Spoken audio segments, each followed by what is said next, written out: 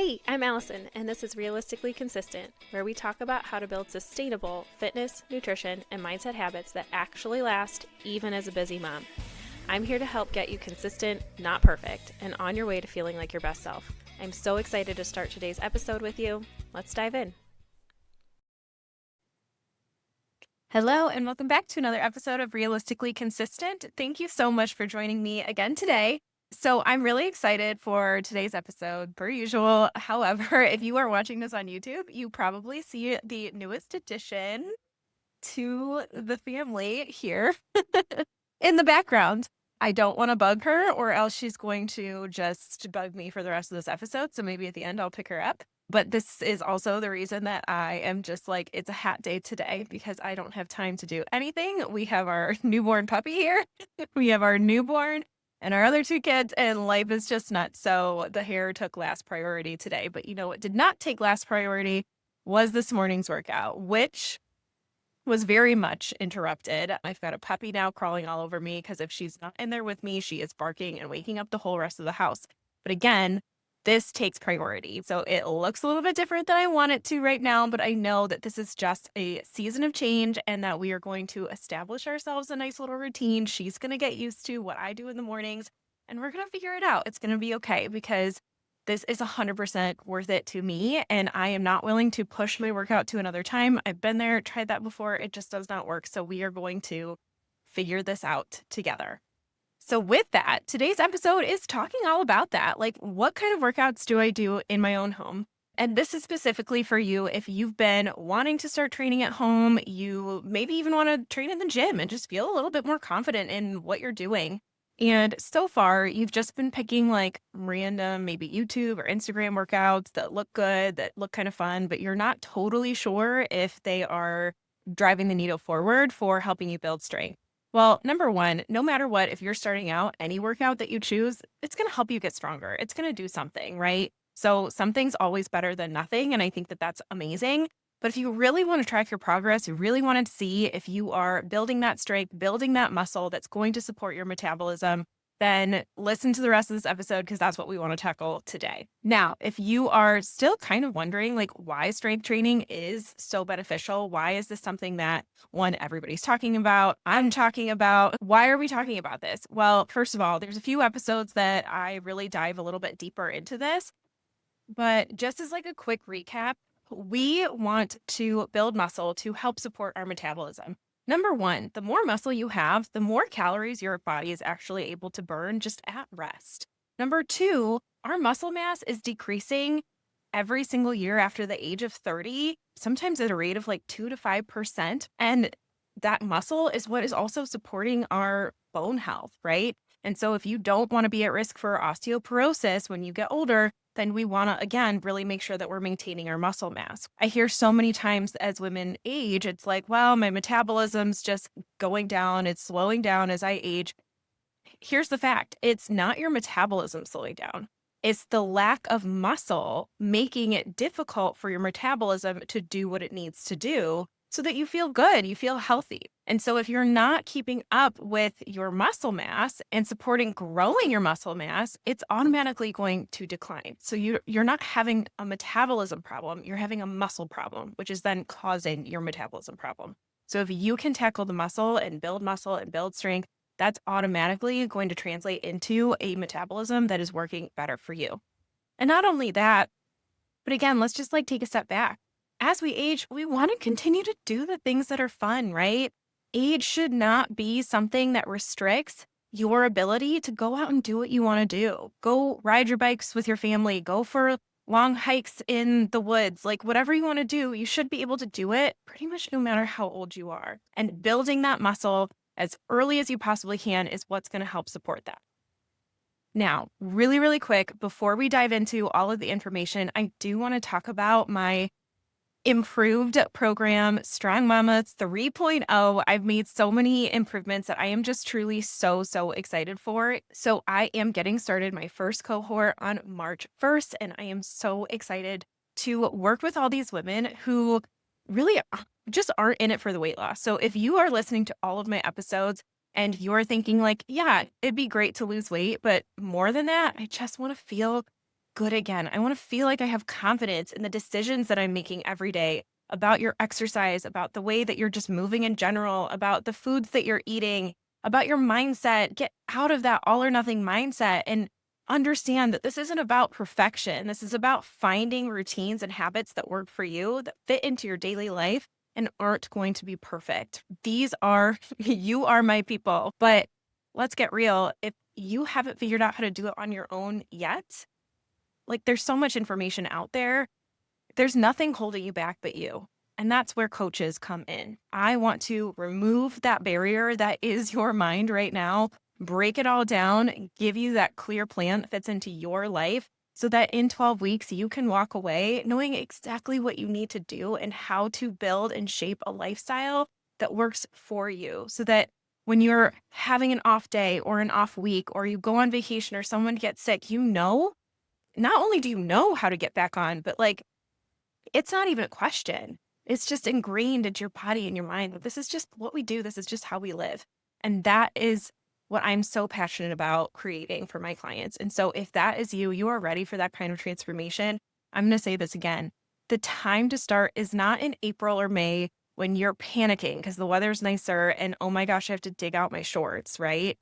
We're not going to make any kind of progress, one, from that state of panic, and two, in that short amount of time. We really need to get started now. Now is the time to get going. So if you know that and you're just done trying to spend yet another year figuring it out and then panicking and then making excuses and saying, you know what, then we'll just start when things slow down because let's be real, the end of the school year is also insane. Cut the garbage. Just do this for yourself this year and apply on my website at AllisonHaleyFitness.com. There's a little more information about it there as well, but you have to apply. I'm only accepting women who are serious, ready to go, and want that kind of transformation where we understand that weight loss is the bonus. We're really in this to build that lifestyle together. So with all of that, let's dive into today's episode. So in my opinion, I think that there are 5 stages to weightlifting, and I'm curious what stage you're in because I've seen them all. Stage number 1 is no, I will never lift weights. I don't want to be bulky. Weightlifting is for men. Stage number 2 is okay, fine. Everybody's talking about it. I guess I'll give it a shot. But the second I start bulking up, I'm out of here. Stage 3 is when you've actually tried it. You're only about a couple weeks in and you're thinking, oh my gosh, I can't believe how much better I feel. And I'm only a couple weeks in. Stage 4 is when you're about 3 months in and you're thinking to yourself, oh my gosh, I never thought that I'd be able to lift the kind of weights that I'm lifting right now. I feel so strong. I feel so empowered. And then stage number 5 is it's time to kick this up a notch. I want to see how much I can like really and truly lift. Not only that, you're probably spreading the word to all of your family and friends saying, oh my gosh, this is what I'm doing. You should try it too. So I'm curious, what stage are you in? If you're listening to this, you're probably in like 2 or 3. And if you are in stage 2, I am seriously so pumped for you to get started. And if you're in stage 3, it's time for you to get a little bit more focused so that you can start tracking your progress, understand how much you can really genuinely lift, and start really seeing and feeling the results. So what I'm going to do is go through and basically answer a series of like most commonly asked questions so that you can create and develop your own plan. But with that, I also want you to know I do have a free resource on my website that is how to get fit from home that basically talks about all of these things we're going to talk about today. So first and foremost is you want to basically just focus on some movements that are going to be the biggest bang for your buck so that you can, number 1, really focus on your form and make sure that you're doing them correctly. And number 2, once you really nail the form, then you can focus on how much you can actually lift with them and focus on gaining strength through increasing your weight size over a period of time. So some of those basic moves are going to be like your deadlifts, your squats, your overhead press, your chest press, a bent over row, hip hinges. For me lately, it's been step ups. So stepping up on a bench and holding a weight with that as well. That's been like my real like favorite glute exercise as of late. But like I said, I also list them out on the free resource for you as well. Another commonly asked question is like, what kind of materials do I need? A lot of people will say, like, I've got resistance bands, we've got dumbbells, you've got kettlebells, maybe you have adjustable dumbbells, maybe your dumbbells only go up to a certain size. And my answer to that is depending on where you're starting, you can absolutely start with number one, just body weight. There's a lot that you can do to build strength with body weight, especially like push ups, pull ups, things like body weight squats, even adding just like household items, children to your squats to increase weight there. If you do have resistance bands, again, that's great. The thing that can be tricky with resistance bands then is once you really start building that strength, it can be hard to track how much you're actually lifting because then the resistance that you're putting on the band kind of changes every time. So it's a great tool to get started with. It's not necessarily a great long-term tool for what we're talking about in terms of building muscle. Dumbbells are awesome, obviously.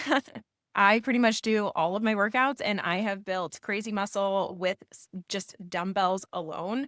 Dumbbells are my favorite tools to use above, fancy gym equipment, above all else, because you're actually working multiple areas of your body when you have to use your dumbbells, you're actually working multiple parts of your body because you have to keep yourself balanced and stable while you're using the dumbbells versus on gym equipment. The equipment's actually doing that for you. You're usually in a seated position or, pressed up against something so that that machine is doing the stabilizing for you, which helps you isolate certain muscle groups, which is great if you're in that stage of weightlifting where you really just want to isolate certain muscle groups. And that's like part of a really specific plan for yourself. Otherwise, the dumbbells are going to check multiple boxes at once. If you do have dumbbells at your house right now and you're just starting off with like 3, 5, 8 pounds, those nice little sets that they sell on Amazon or I've seen them at TJ Maxx, that's great. That's a great place to start. However, I think you're going to be really surprised with how quickly you outgrow those, especially if you have kids and you're lifting kids consistently. Like, think about it. You've got, 10, 20, 30-pound children that you're lifting on a consistent basis. Think about how much that could translate into dumbbells with what you're capable of lifting. And then dumbbells a lot of times then can go up to like 25 pounds. That's usually like the average that a lot of my clients will start out with, which again is great. But I suggest eventually work your way up to getting an adjustable dumbbell set because you're going to want to be able to continue increasing weight so that you can do a true progressive overload and really start lifting heavy because that is what is going to one, put on the most consistent, best muscle for you. And two, it's going to end up giving you that toned physique that everybody says are their goals. We want to be able to lift heavy in order to get that tone. So the next question would be, how often do you really need to lift? I would say bare minimum is about 2 times per week for about 30 minutes. And if this is the case and you are just going to start with doing 2 workouts per week lifting, I would make both of them full body workouts where you are targeting those like main muscle groups. So we're talking your glutes, your quads, your chest, back, triceps. Eventually, though, I do recommend trying to work up to a 3-day per week split. I'll usually start my clients who are at that phase with an upper, lower, and full body split. Again, the way that I program it, it is still very specific. So certain upper bodies are focused on certain muscle groups, whereas maybe the next week it's focused on slightly different muscle groups. And it's all progressive overload and consistent. But like I said, I do like to switch it up a little bit more week to week. And so there is that kind of specific programming. So if you want to, again, just like as a side note, take all the guesswork away from it.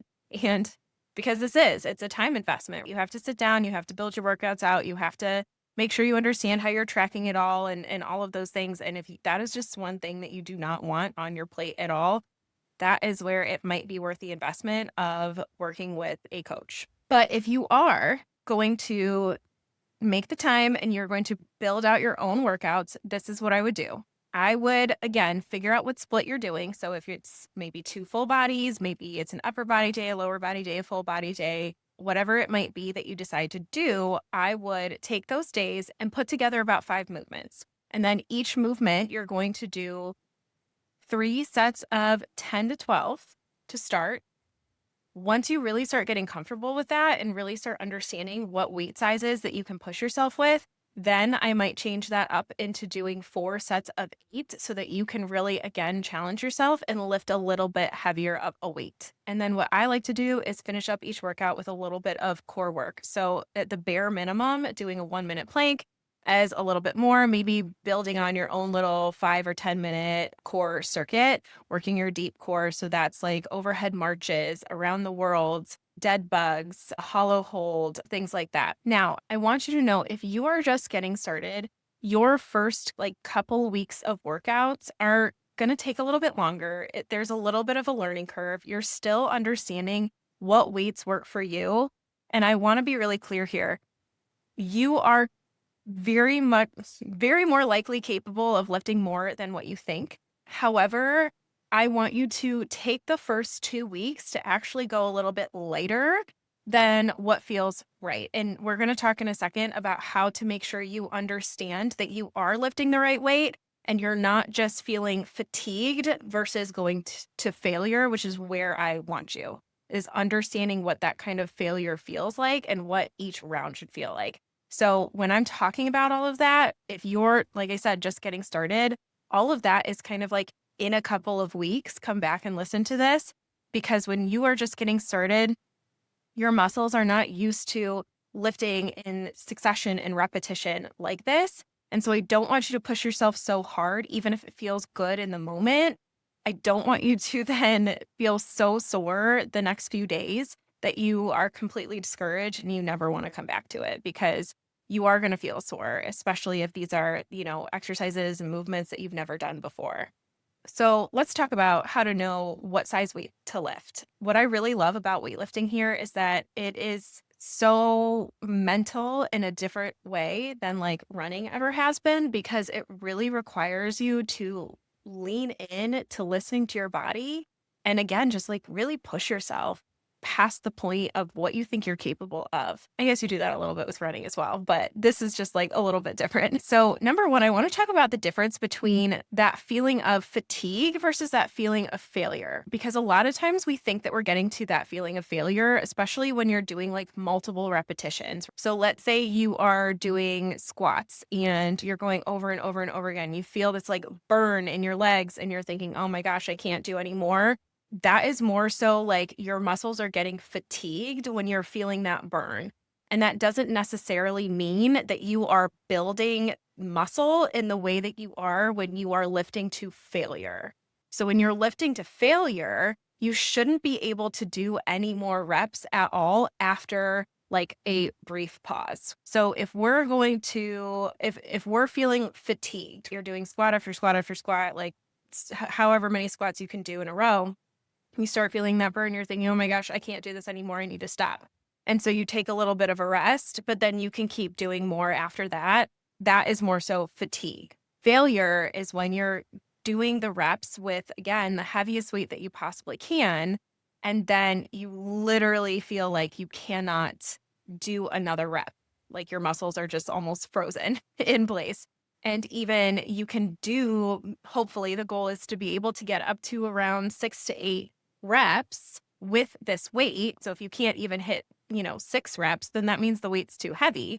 But also that's how you know like where your failure is. If you can't even get to 6 or 8 reps with a weight, that's your failure. So I want you to be able to get up to a minimum of 8 reps. And then if you get to the point where you can do a little bit more, but you can't quite add more weight to it yet, like you can barely get through, like I said, 2, 3 reps with whatever next size up weight that you can get to. If you're not quite ready for that weight, I'd rather you stay where you're at and add a few more reps onto that. So what you're going to find is you're going to start progressively getting stronger. And that is how to know when it's time to either increase the weight size or increase your reps. Because once you can get to 12 reps, that's when it's time to increase your weight size. So the first round, let's say you're getting started and you're trying to understand what weight to use. If you're getting through your first round and you're finishing up 10 reps and maybe even 12 reps and thinking, man, I could keep going. I could do like 10 more. You need to go up in weight. Same thing with round 2. And then by round 3, you should like be struggling, barely getting that last rep through. Now, when I say struggling, I again want you to be really careful here because form matters. I never want you to go so heavy that you're sacrificing your form. We should always be able to have a tight core. We should never feel like we're arching our back or, hunching over our shoulders or doing anything crazy with our neck, or even the most common one, like really raising your shoulders up just to get through a rep. If that's you, then again, be safe and drop down in your weight size so that you are always protecting your form and being safe first. Which leads me into my next safety point, which is to always, always, always warm up and cool down before and after a workout. So build that into your time. Make sure that you have time for that because that's also going to save you in the long run. And all you really need is 5 minutes to just warm up, especially if you're doing your workouts first thing in the morning, coming off of a dead sleep and then getting right into a lift. You got to make sure that you're getting your blood flowing, getting your muscles stretched out, and getting prepared to actually lift that kind of weight. And then at the end, your muscles have just been through all kinds of tiny little micro tears, expanding and contracting and all of these things. So you're going to want to make sure that you also stretch after your workout as well, at least for 5 minutes. So my final point to note here is that number one, I hope you go check out that free resource that's on my website. I'm going to drop the link in the show notes. Number two, if you don't want to worry about that kind of stress, you understand how important it is to gain muscle. You want to work with somebody who truly wants to meet you where you're at and not throw you into something that you're going to feel uncomfortable with. I hope that you consider applying for coaching so that we can get started together in March and then head into summer just feeling like the best version of yourself. And then one final resource that can just be really helpful with a lot of these things is Chat GPT. Just like not counting on it to be your personal trainer, because like I said, I've even asked it for workouts before, and I every single time end up modifying what it gives me because I'm like, that's just not quite hitting the muscle groups that I wanted. It's not quite what I need it to be for where I'm at in my progression right now. So while it's a great resource, again, it still doesn't fully understand programming for where you're at in your life, especially as a busy mom. But it can be a great resource for like showing you videos on movements that we've talked about or getting you stretches for warming up and cooling down, things like that. All right. With that, I hope you found this episode helpful. I do always love to hear from you. So if you have any feedback or any additional questions for me, feel free to shoot me a message over on my socials. And as always, it helps so much if you would leave a rating or a review or share this with a friend, maybe who's looking to get into lifting at home as well. Thank you so much again for joining me. Oh, and I was going to do one more thing and let you say hi to the newest member and thank you to this little girlie who is such a good girl for our episode today. All right. Thank you again so much for joining me. Bye-bye. See you next time. Thank you so much for listening to Realistically Consistent. If today's episode helped you, please hit subscribe and leave a quick rating as it helps more moms find the show. You can visit AllisonHaleyFitness.com for more tools, tips, and ways to stay connected. And just as a quick reminder, I'm here to share general information and encouragement, but this podcast isn't meant to replace professional medical or health advice. Everyone's circumstances are different, so be sure to check in with your trusted healthcare provider before making any big changes. Thanks again for being here, and until next time, keep showing up for yourself one realistic step at a time.